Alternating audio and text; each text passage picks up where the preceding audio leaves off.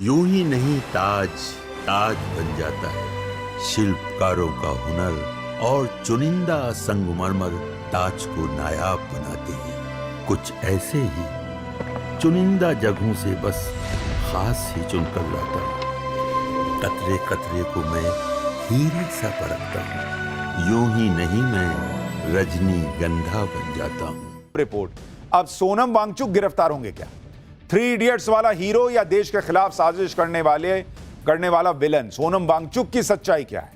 लेह में हिंसा पर बीजेपी ने राहुल गांधी को घेरा, इंडी ने क्या धमकी दे दी, फिर हिंसा भड़केगी क्या?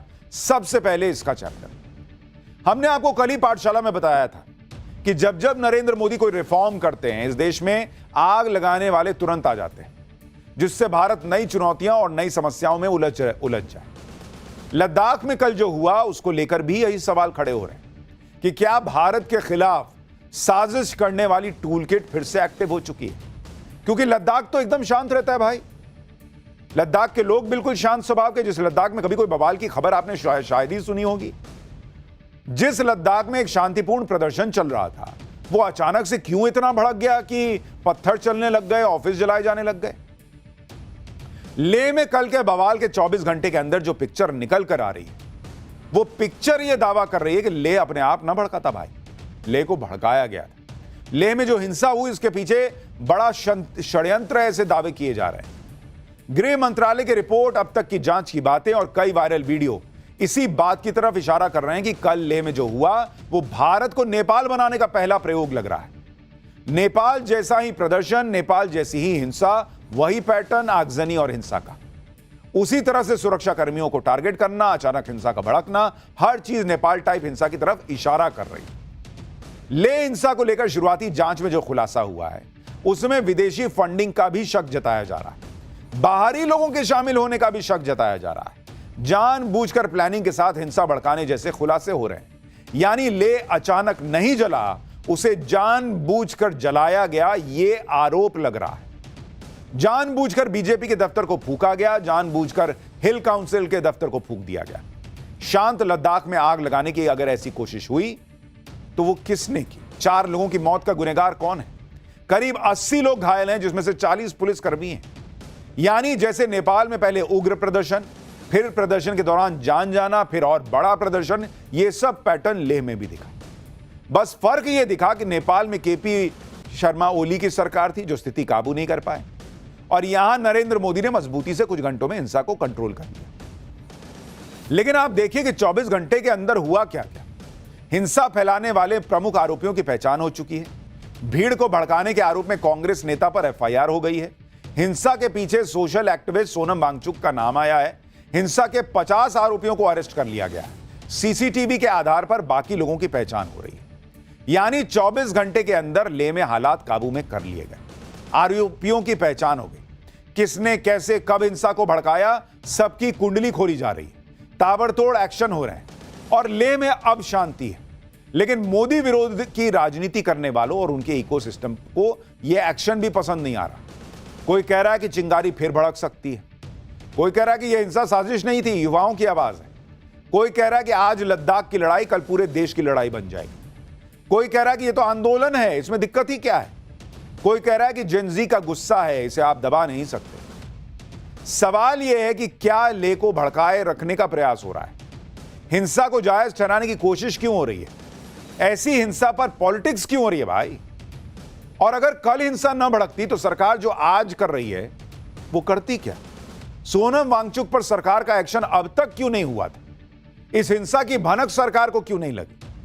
अब जांच में क्या क्या शॉकिंग बातें निकल कर आ रही हैं, सोनम वांगचुक की सच्चाई क्या है, सब आपको बताऊंगा। लेकिन पहले कल से अब तक जो हुआ है उसकी एक झलक देखिए।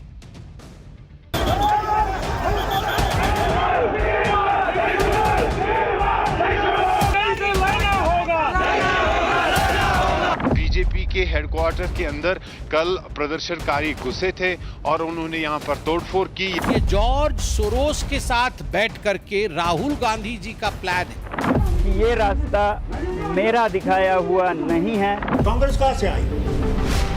कांग्रेस तो वहां 5000 क्या 10 आदमियों को जमा नहीं कर सकती। यहाँ जो कुछ होगा ना वो सब कांग्रेस पार्टी कर रही है। मोदी जी कुछ नहीं कर रहे हैं। मोदी जी सिर्फ आरोप लगाने बैठे हैं। वहाँ की युवाओं को आप शांत नहीं कर सकते, उनका आप समाधान नहीं कर सकते। आप काहे के विश्वगुरु?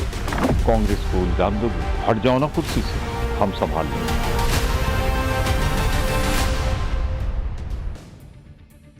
लेह में जो हिंसा भड़की उसे लेकर किस तरह की पॉलिटिक्स हो रही है देश में, कांग्रेस, केजरीवाल, उद्धव की पार्टी क्या कह रही है वो आपको आगे बताऊंगा। लेकिन पहले उन दो चेहरों के बारे में जान लीजिए जिनके ऊपर लेह हिंसा को भड़काने के आरोप लग रहे हैं। और इनमें पहला नाम है सोशल एक्टिविस्ट सोनम वांगचुक का, दूसरा नाम है कांग्रेस पार्षद फुनसोक स्टैनजिन सेपाक का। आरोप है कि प्रदर्शन के दौरान कांग्रेस पार्षद ने भड़काऊ बयान दिए।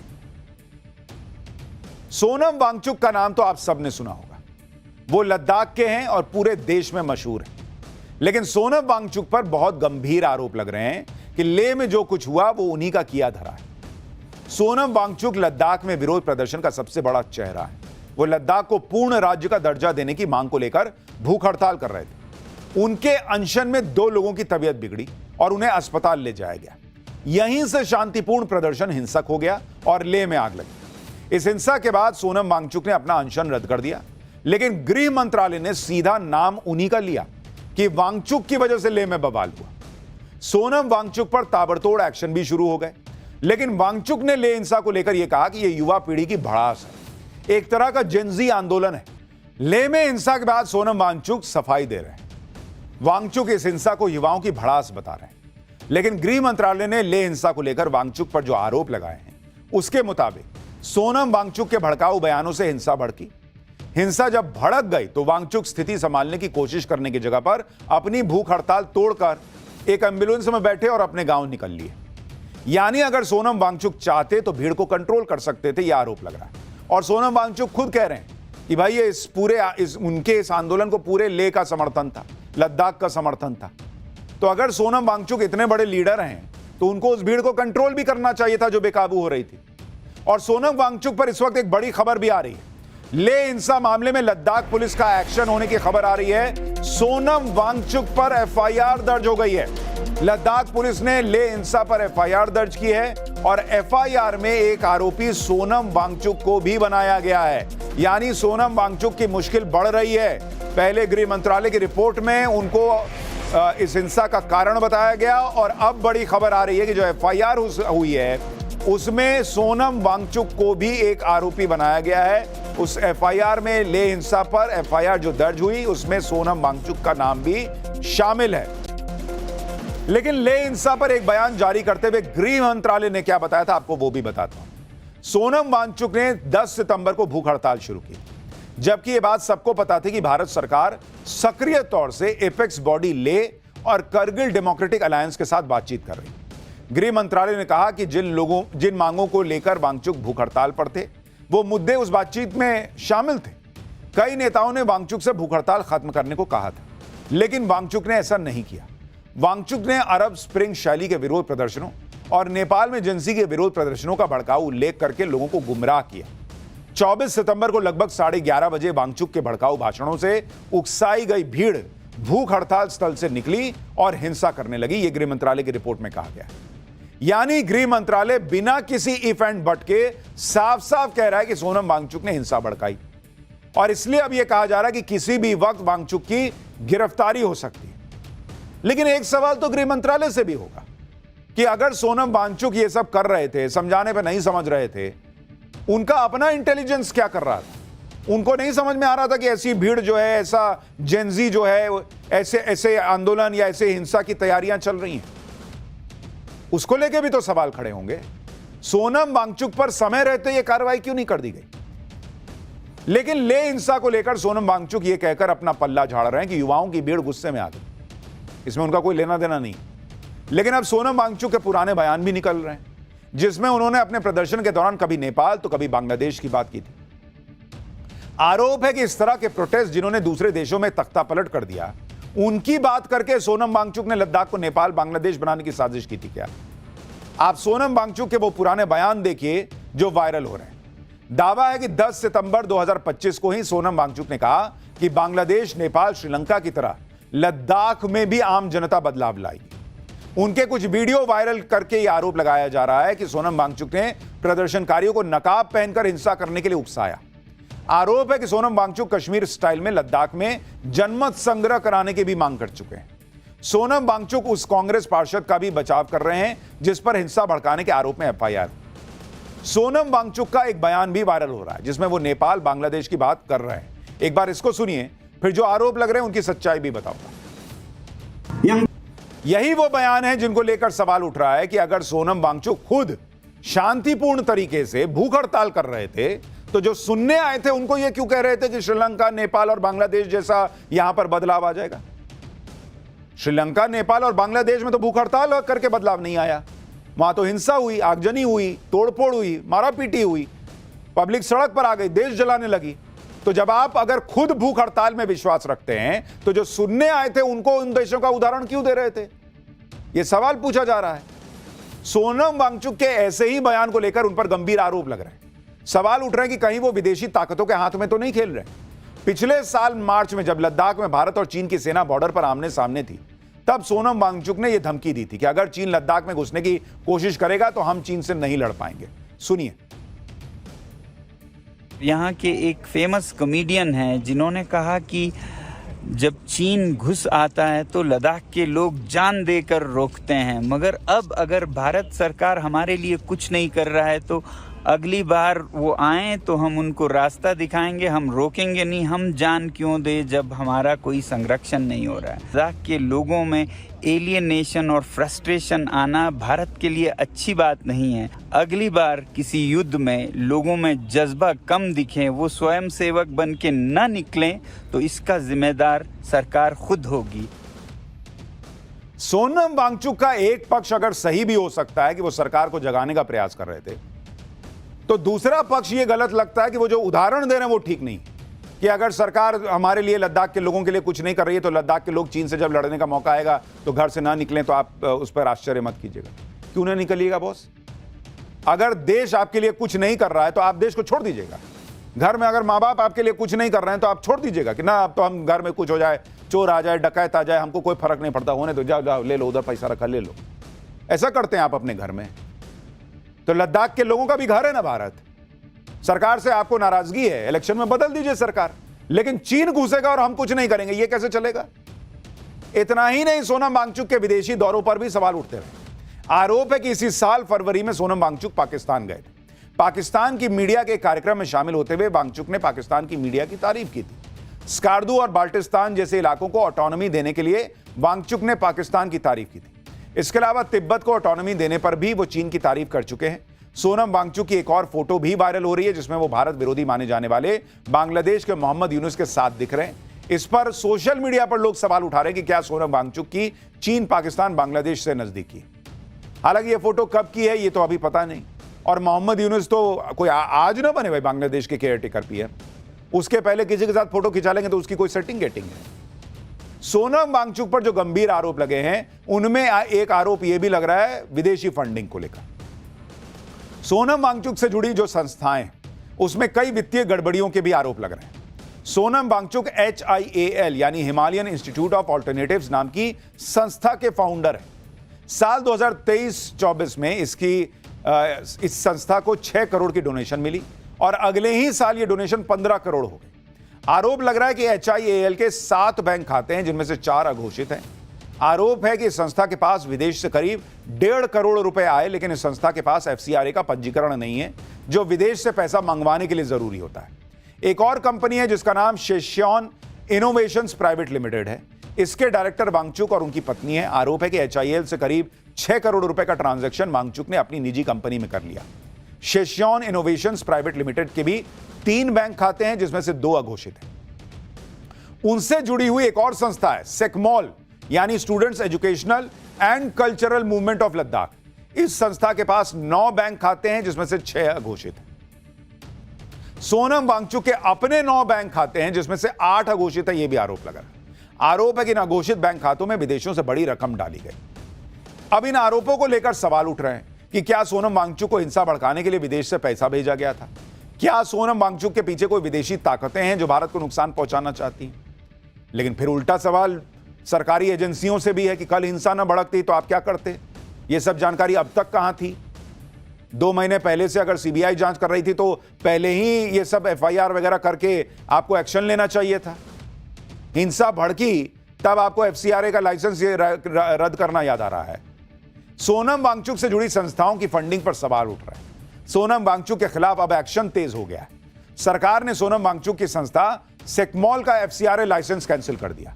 यह एक्शन उन आरोपों को देखते हुए लिया गया जिसमें वांगचुक की संस्था के बैंक खातों में वित्तीय अनियमितता देखी गई। स्वीडन से फंड ट्रांसफर हुए हैं जिसे लेकर सरकार का यह मानना है कि यह राष्ट्रहित के खिलाफ है। आरोप है कि स्वीडन से 4,93,000 रुपए की डोनेशन आई। यह डोनेशन इसलिए दी गई ताकि युवाओं को माइग्रेशन, क्लाइमेट चेंज जैसे मुद्दों पर जागरूक किया जा सके। इसके अलावा फूड सिक्योरिटी और संप्रभुता जैसे मुद्दों पर भी जागरूक किया जा सके। इसी को लेकर गृह मंत्रालय ने आपत्ति जताई कि संप्रभुता जैसे मुद्दों पर विदेशों से फंड लेकर वर्कशॉप लगाना राष्ट्रहित के खिलाफ है।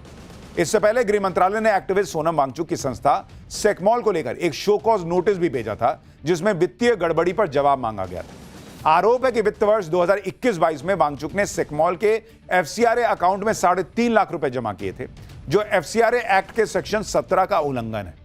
इसके अलावा वांगचुक की एक और संस्था के खिलाफ भी सीबीआई की जांच चल रही है। वांगचुक की संस्था HIAL पर फॉरेन कंट्रीब्यूशन रेगुलेशन एक्ट के उल्लंघन का आरोप है। अगस्त में HIAL का जमीन आवंटन रद्द कर दिया गया था। लद्दाख प्रशासन ने दावा किया था कि जमीन का उपयोग आवंटन उद्देश्यों के लिए नहीं हुआ। सोनम वांगचुक पर ताबड़तोड़ एक्शन के बीच अब यह कहा जा रहा है कि सोनम वांगचुक की गिरफ्तारी जल्द हो सकती है, लेकिन सोनम वांगचुक का दावा है कि उनकी गिरफ्तारी से हालात और बिगड़ जाएंगे। वो कह रहे हैं कि हिंसा के लिए उन्हें बलि का बकरा बनाया जा रहा है। सोनम वांगचुक ने कहा कि उन्हें पब्लिक सेफ्टी एक्ट में 2 साल के लिए जेल में डालने की तैयारी चल रही है। हालांकि सोनम वांगचुक पर उठे सवालों के बीच उनके कुछ ऐसे वीडियो भी वायरल हो रहे हैं जिनका कल की हिंसा से कोई लेना देना नहीं। ऐसा ही एक वीडियो यह कहकर फैलाया जा रहा है कि सोनम वांगचुक प्रदर्शनकारियों को भड़काने के लिए चेहरा ढककर प्रदर्शन करने के लिए कह रहे हैं। इस वीडियो में सोनम वांगचुक मास्क पहनकर यह दिखा रहे हैं कि भाई ये मास्क कैसे पहनना, और इसी आधार पर यह दावा कर दिया गया कि हिंसक प्रदर्शन करने के तरीके बता रहे हैं वो। लेकिन इस वीडियो की सच्चाई कुछ और ही निकली। यह वीडियो कोविड के दौरान का है जिसमें मास्क पहनकर प्रोटेस्ट करने के बारे में तब के बारे में बताया गया है।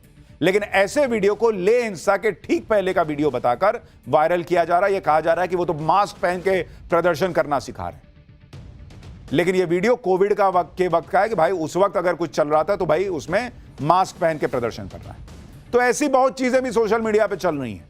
कुछ आरोप हैं, कुछ आरोप को सच्चाई बताने का प्रयास भी है, इसलिए बहुत संभल के हर फैक्ट को खंगालते हुए चलना है।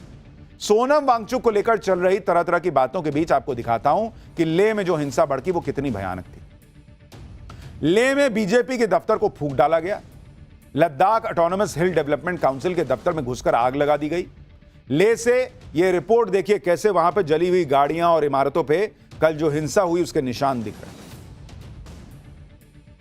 ये बीजेपी का हेडक्वार्टर है और इस बीजेपी के हेडक्वार्टर के अंदर कल प्रदर्शनकारी घुसे थे और उन्होंने यहाँ पर तोड़फोड़ की। ये जो गाड़ियाँ आप सामने देख रहे हैं, इन गाड़ियों को जला दिया गया है। भारतीय जनता पार्टी ने खुलकर ये आरोप लगाया है कि जो लोग प्रदर्शन में शामिल थे वो कांग्रेस के साथ जुड़े हुए थे और उन्होंने उन लोगों की निशानदेही भी की है। भारतीय जनता पार्टी ने आरोप लगाया कि जो बीजेपी जो कांग्रेस पार्टी के यहाँ के स्थानीय काउंसलर है वो उन लोगों को लीड कर रहे थे जो इसमें प्रदर्शन कर रहे थे, जो इसमें हिंसा कर रहे थे। ये जो बीजेपी हेडक्वार्टर है उसका मुख्य द्वार है और इसी द्वार के अंदर होते हुए आप देखेंगे यहाँ पर जितना भी सामान पड़ा हुआ था उसे सबको जला दिया गया है, फर्नीचर जला दिया गया है और जो पार्टी का जो मटेरियल होता है जिसमें पैम्पलेट्स होते हैं, बैनर्स होते हैं, झंडे होते हैं, उन सबको यहाँ पर जो है नुकसान पहुँचा गया है। उससे आग लगा दी गई है। कल जिस तरीके से प्रदर्शन हुए, प्रदर्शनकारियों ने सबसे पहले भारतीय जनता पार्टी के हेडक्वार्टर को ही निशाना बनाया और यहां पर आग लगा दी। यहां पे जो फर्नीचर है उसकी तोड़फोड़ की और आप देख सकते हैं कि किस तरीके का और किस तरह से यहां पर जो है डैमेज हुआ है। इस पूरी बिल्डिंग को जो है इसमें आग लगा दी है और यहां पर जिस तरीके का भी सामान पड़ा हुआ था उससे जला दिया गया है। और तो जो लोग भी ये कह रहे हैं कि भाई युवाओं में गुस्सा था, उनसे एक सवाल है, कि इस देश में संविधान के तहत गुस्सा निकालने का एक ही तरीका दिया गया है बॉस, और वो है इलेक्शन में जाकर वोट देने का। कि अगर आपको गुस्सा है, आपको लग रहा है कि चुनी हुई सरकार हमारे हिसाब से नहीं कर रही है, तो आपको जाके वोट देना है, आपको जाके आग नहीं लगा देना है। और इसलिए सवाल पूछे ही जाएंगे जब ऐसी तस्वीरें आएंगी। ले हिंसा के मामले में कांग्रेस के 2 पार्षद पर भी आरोप लगे कि इस हिंसा में उनकी भी भूमिका है। पुलिस और जांच एजेंसी उनकी तलाश में है। सूत्रों के मुताबिक वो अग्रिम जमानत लेने की कोशिश कर रहे हैं। ले में हमारे सहयोगी एक कांग्रेस पार्षद स्टैंजिन सेपाक के घर पहुंचे तो घर का दरवाजा बंद कर दिया गया और स्टैंजिन के घर वालों ने बात करने से भी मना कर दिया। देखिए हमारे रिपोर्टर को क्या जवाब मिला। हम इस समय ले अपर में हैं और यहीं पे घर है कांग्रेस काउंसलर का, जिनके खिलाफ आरोप ये हैं कि वो इस प्रोटेस्ट को लीड कर रहे थे। भारतीय जनता पार्टी के लीडर अमित मालविया ने एक एक्सपोस्ट के जरिए क्लेम किया और फोटोग्राफ्स डाल दी कि कांग्रेस ले के अपर के जो मेंबर हैं वो इस प्रोटेस्ट को लीड कर रहे थे। ये उनका घर है और लद्दाख पुलिस आप देखेंगे वो भी लगातार इस एरिया से गश्त लगा रही है और कोशिश की जा रही है कि जो काउंसलर स्टेजन सेपा है उसको इन्वेस्टिगेशंस में शामिल किया जाए, उसको बुलाया जाए, उससे इधर ले हिंसा को भड़काने वालों के खिलाफ ताबड़तोड़ एक्शन हो रहा है। दूसरी तरफ विपक्ष के नेता इस हिंसा के लिए नरेंद्र मोदी को घेर रहे हैं। जैसे अरविंद केजरीवाल ने लद्दाख को लेकर एक लंबा चौड़ा सोशल मीडिया पोस्ट किया और कहा कि देश के लोकतंत्र को बचाना है तो इस तानाशाही के खिलाफ अब चुप नहीं बैठा जा सकता। जो उसके पीछे है, क्योंकि आप ये कहेंगे कि ये बाहर से